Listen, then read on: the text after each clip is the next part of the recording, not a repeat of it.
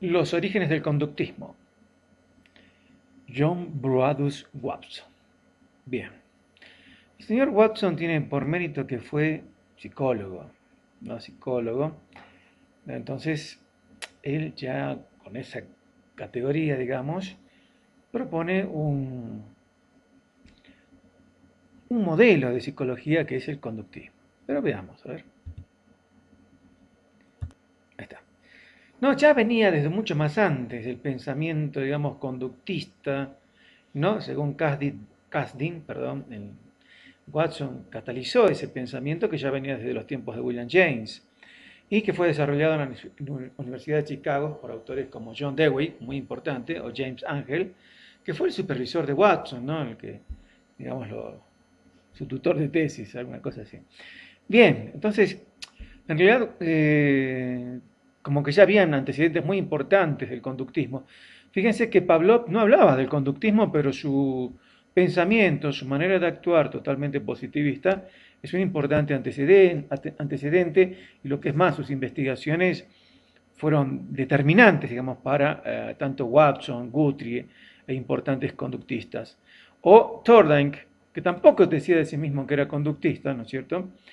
¿No? Pero que hizo estudios sobre el estímulo, la respuesta, ¿sí? Y encontrar ciertos principios, digamos, generales, como la ley del efecto, ¿sí? La ley del ejercicio. Pero bien, entonces Watson dice, bueno, a todo esto llamémosle conductismo. Ese es el mérito del señor. Ya habían otros figuras claves, ¿no es cierto?, en esa época, como Wertheimer, que nos habla del fenómeno phi, donde nos dice que la percepción, el pensamiento y otros fenómenos psicológicos debían ser abordados como un todo con significado. Ah, eso es muy importante. ¿Sí? Y Watson, en el manifiesto conductista, continuaba interesado en el estudio de las unidades fundamentales. Propone un cambio en el objeto de estudio tradicional de la psicología, que ya no debe ser entonces la mente o la conciencia, que eso ya venía de los tiempos del señor Wundt, no, sino que el objeto de estudio de la psicología tenía que ser el análisis experimental de la conducta. Y es lo que entonces John Rudolph Watson propone en el Manifiesto Conductista en 1913. ¿Qué nos dice en ese manifiesto? Que la psicología es una rama de las ciencias naturales. Por lo tanto, tiene que ser objetiva y experimental. Sus metas teóricas, la predicción y el control de la conducta. Un fuerte rechazo a la utilización de términos mentalistas. ¿Sí? O sea, nada de mente, conciencia, mucho menos inconsciente. ¿Sí? Los datos de la psicología son exclusivamente los datos objetivos de la conducta. Lo único que se puede observar, medir y cuantificar, que en base a eso se puede hacer una ciencia que se llama la psicología, entonces es la conducta. Bien, entonces Watson se pone en contra de la introspección, ¿no? No le gustaba el tema de la introspección porque decía no permite encontrar regularidades reproducibles por cuanto depende del observador y no de la realidad observada. Entonces Watson desecha a la introspección como un método de estudio que hasta ese momento, más o menos 1910, ¿sí? La primera década del siglo XX, era el método por excelencia en diversas universidades, tanto en Europa como en Estados Unidos, incluso en Argentina, ¿no? Se hizo un laboratorio eh, para tratar de estudiar la mente, ¿sí? Con el método introspectivo, pero que eso no significa que el método introspectivo haya desaparecido, ¿no es cierto? Hasta el día de hoy se sigue utilizando la introspección, ¿no? ¿Y qué sentiste en ese momento? ¿Qué pensaste cuando te pasó eso? ¿No? Como que todavía eso es la introspección en sí. Pero Watson no quería saber nada de eso, no quería solamente lo que se podía observar nos permite hacer una ciencia, o sea, muy positivista. Entonces proponen la necesidad de una nueva metodología que permitiese abordar otros y nuevos problemas, metodología que estaría basada en la observación y en el análisis de la conducta. ¿Qué entendía Watson por conducta? Conducta es cualquier cosa que un organismo hace, ¿no? O sea, toda acción, todo movimiento y por tanto la conducta es reducible a movimientos musculares y activación de las glándulas. Los hallazgos de la psicología se prestan a ser explicados en términos entonces físico-químicos y la conducta es reducible a pequeñas unidades que son conducta. ¿Qué entiende por aprendizaje?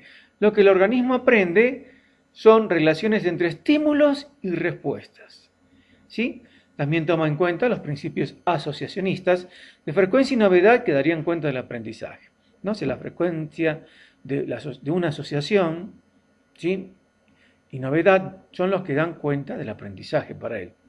Y da entonces su frase mítica, podríamos decir, por la cual, ¿no?, él afirma que si a él le dan una docena de niños sanos y bien formados, él, utilizando ambientes específicos para educarlos, podía ser de alguno de ellos un ladrón, del otro un médico, del otro un mercader, etcétera, etcétera, etcétera.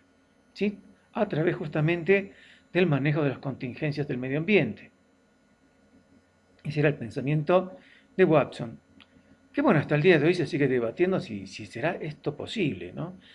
Unos dicen que sí, ¿no? Por ejemplo, que se crea un ambiente de músicos, más vale que van a terminar siendo músicos, o van a tener por lo menos la tendencia o un buen oído, ¿sí? Hay algo de cierto entonces en los principios del ambiente, pero obviamente no es tan como lo plantea Watson. ¿Qué es la ciencia para él? La razón final para esto, dice, es aprender los métodos generales y particulares por medio de los cuales se pueda controlar la conducta. Entonces la misión de la ciencia para Watson era la predicción y el control de la conducta, dando mucha importancia a las generalizaciones empíricas, o sea, a lo experimental y poca a las construcciones teóricas. ¿Sí? Como que construyó poca teoría o no se dedicó tanto a la parte de hacer una teoría en sí. Bien, en 1913 escribe el libro Psychology as the Behaviorist which is. La psicología, ¿no?, como la conducta es vista, algo así. Wilhelm Wundt, en su, más o menos, que era uno de los pioneros de la psicología, dio una psicología en primera persona, ¿no?, con su método de la introspección. Sigmund Freud, una asociación libre, psicología en segunda persona, porque, ¿no?, con su método de la asociación libre, porque era observar al otro, al que estaba ahí nomás, como paciente. Y John Watson, con su método de la observación y el análisis conductual, es una psicología en tercera persona. Es otro tipo de psicología, muy diferente. Así es como el conductismo se contrapone al estructuralismo de Watson, de William James, más práctico, ¿no?, el funcionalismo de Wundt, al psicoanálisis de Freud, o sea, no, nada que ver. Y obviamente destacados psicólogos como Calkins, Thorndike, tuvieron muchas críticas contra la nueva propuesta. O sea, fíjense que si bien Thorndike para el conductismo como antecesor es muy importante, y quizá para algunos Thorndike es el primer conductista, ¿no?, propiamente dicho, entonces no estaba de acuerdo con Watson, ¿no? Paradójico, el mundo de la ciencia es así, ¿no? No todos tenemos que estar de acuerdo con lo que dice el de al lado. Así que, bueno, así fue la posición de Thorndike. Y el conductismo, ¿no?, los conductistas difieren entre sí entonces en cuanto a lo que pueda deducirse o medirse, pero todos excluyen la autoobservación y prefieren la experimentación con animales o infantes humanos. Sí, yo el otro día veía un estudio sobre el apego, ¿no?, el apego por un importante investigador español, y era un trabajo realizado con niños, por ejemplo, ¿no? O sea, que más o menos siguiendo el modelo de trabajo de laboratorio, ¿no?, experimental. Bien, en 1914 escribe el libro Behavior, An Introduction to Comparative Psychology. Conducta, una introducción a la psicología comparativa. Bien, refuta ahí la ley del efecto de Thorndike. La refuta porque él dice que en la ley del efecto hay algo de subjetividad, ¿no? Porque como se hablaría ahí de memorias, ¿sí?, de cosas que quedarían guardadas en la caja negra. Y él trata de sustituirla por las leyes de frecuencia y de recencia.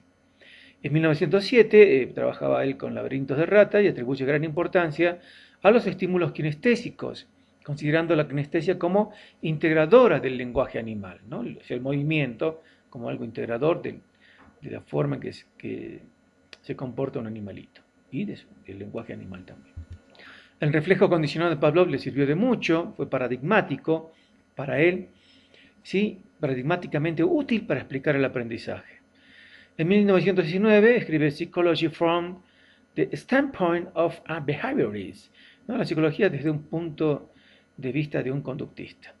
Y le siguieron libros declaradamente conductistas, ¿sí?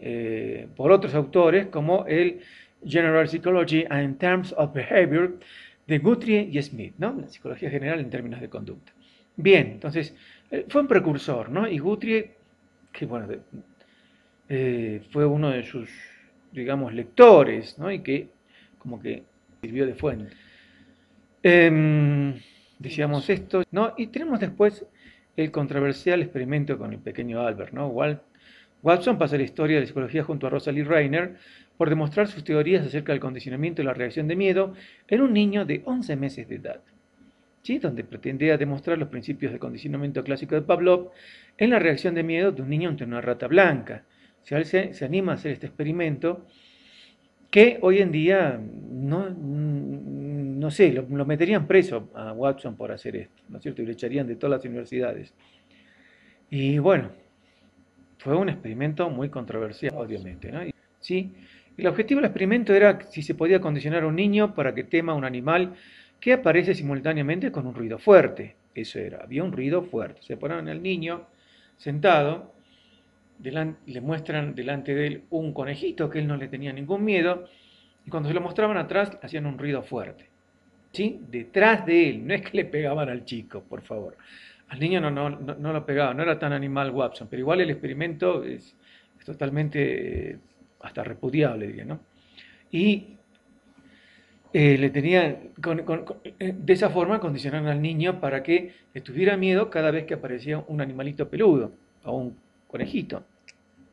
Y la pregunta es, ¿se transferirá tal miedo a otros animales u objetos inanimados? Sí, pasó eso. ¿Y cuánto persistirá tal miedo? Y pasó, creo que mucho tiempo, ¿no? Entonces acá hay fotos, ¿no? de ese trabajo que fue, que hoy en día nadie haría una cosa como la que hizo este señor, ¿sí? Lo condicionaron. ¿Por qué? Por las implicaciones éticas.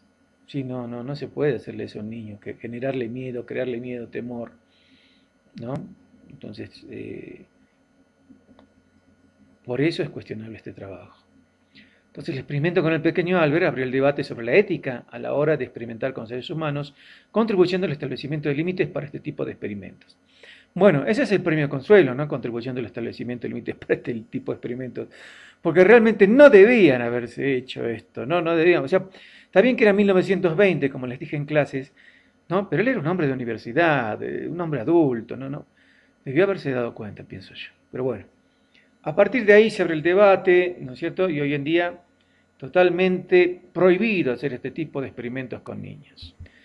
Lo echaron de la universidad, no sé si por ese experimento, no, bueno, porque el señor se enamoró, si no me equivoco, de una de sus estudiantes, se divorció, se volvió a casar, pero igual la sociedad era muy prejuiciosa en esa época, yo creo que hoy en día está bien claro que el divorcio es parte del ciclo vital, ¿sí? Y bueno, no le gustó a la universidad en la que él trabajaba y se dedicó entonces a otra cosa, que fue dedicarse a la publicidad. Se dedicó a la publicidad, Watson. Quizá de ahí quedó, y habrá hecho mucho, ¿no? Para condicionar las mentes a través de la publicidad. ¿Sí? Y bueno, se compró una granja y allí vivió muy feliz con su segunda esposa. El legado de Watson: hizo trabajo sobre el desarrollo emocional temprano del niño, ¿sí? Hizo trabajo sobre el desarrollo conductual en relación con el desarrollo neurológico en la rata blanca, eh, aplicó señales sensoriales utilizadas al aprender un laberinto, ¿no? Una luz que se apaga, un pitito que se prende por ahí o que empieza a hacer ruido. ¿No? Hizo estudios sobre el sentido kinestésico en el control del comportamiento y de la visión de colores en varias especies animales. O sea, hizo bastantes experimentos, por eso es que a él, digamos que se dice de que él se dedicaba más a la parte empírica, a la parte de hacer experimentación. Pero bueno, eh, la furia le duró 7 años, o 10 creo, y después ya tuvo que dejar la universidad para siempre. Muy bien, ese es el control número 6, sí, que lo van a contestar desde el Moodle.